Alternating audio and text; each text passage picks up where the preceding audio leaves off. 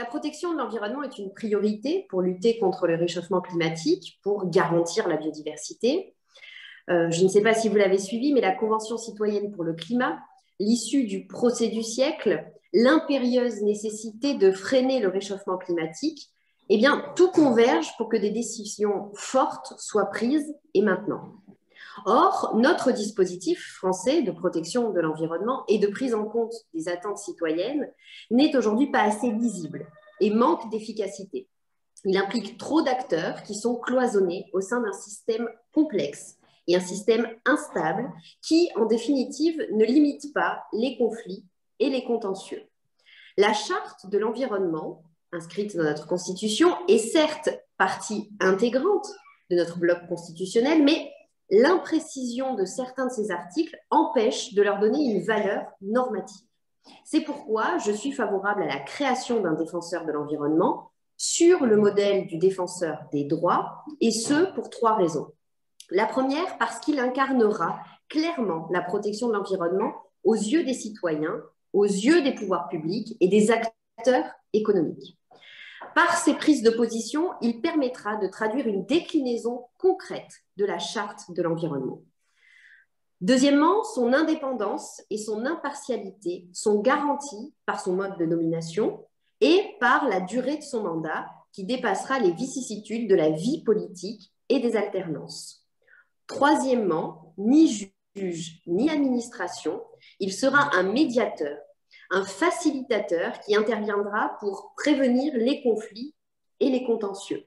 Il assurerait aussi la protection des citoyens lanceurs d'alerte qui feraient appel à lui.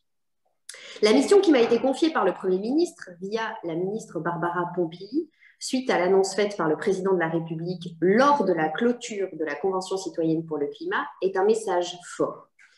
En effet, cette mission va permettre à la fois de structurer le champ d'intervention du défenseur de l'environnement et de donner une assise à certains articles de loi liés au champ environnemental qui restaient presque incantatoires et dont l'application restait floue et soumise à des fluctuations jurisprudentielles qui rendent les textes abscons pour les citoyens. Donc, une clarification s'impose à nous. Cela fait plus de 2 ans que je défends l'idée d'un défenseur de l'environnement et je me suis évidemment félicitée qu'elle soit reprise par les membres de la Convention citoyenne et qu'elle trouve une issue via cette mission. Nous avançons, chaque pas est à mes yeux une victoire et le défenseur de l'environnement peut, s'il devient une autorité administrative indépendante au contour large, être une formidable opportunité pour l'avenir du droit environnemental.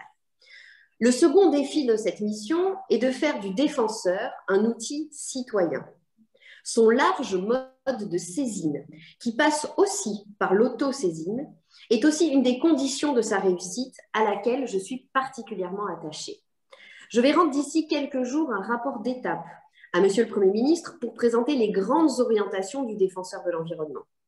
J'y vois une opportunité sans précédent d'avancer, de permettre une véritable incarnation de notre contrat naturel et de donner des outils pérennes et faciles d'accès à tous.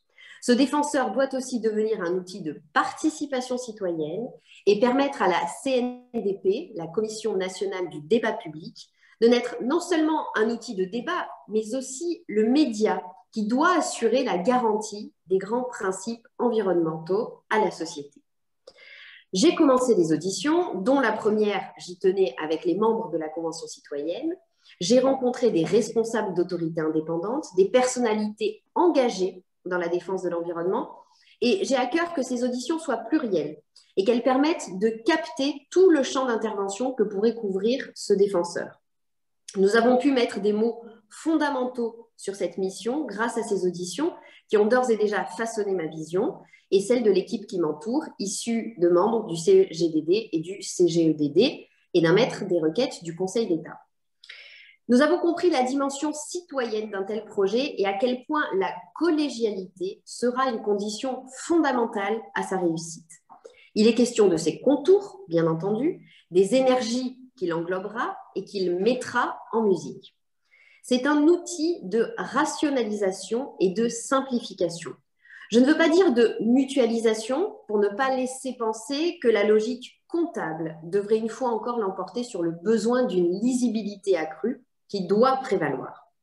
Nous avons aussi compris qu'il est décisif d'en faire un outil de territoire parce que la transition écologique ne se fera non pas simplement par la volonté d'un président ou d'un ministre, mais surtout par la volonté de chacun d'entre nous, par notre capacité collective, mais aussi individuelle, à faire entrer dans nos vies ce nouveau paradigme et d'en faire non pas une donnée, mais bien un projet à l'échelle de nos gestes quotidiens. C'est ambitieux, c'est colossal, c'est à la hauteur du défi que nous avons à relever sans délai. Je suis heureuse d'être conviée aujourd'hui parmi vous. Je suis heureuse surtout que ce sujet, qui n'est plus une variable d'ajustement, mais qui est bien une condition à notre futur. Et que ce sujet soit au centre de votre étude, je m'en félicite ce matin. Je vous remercie d'ores et déjà, comme je salue la présence de Michel Prieur, que j'ai d'ores et déjà auditionné avec un plaisir non dissimulé et qui a bien entendu beaucoup apporté à notre réflexion.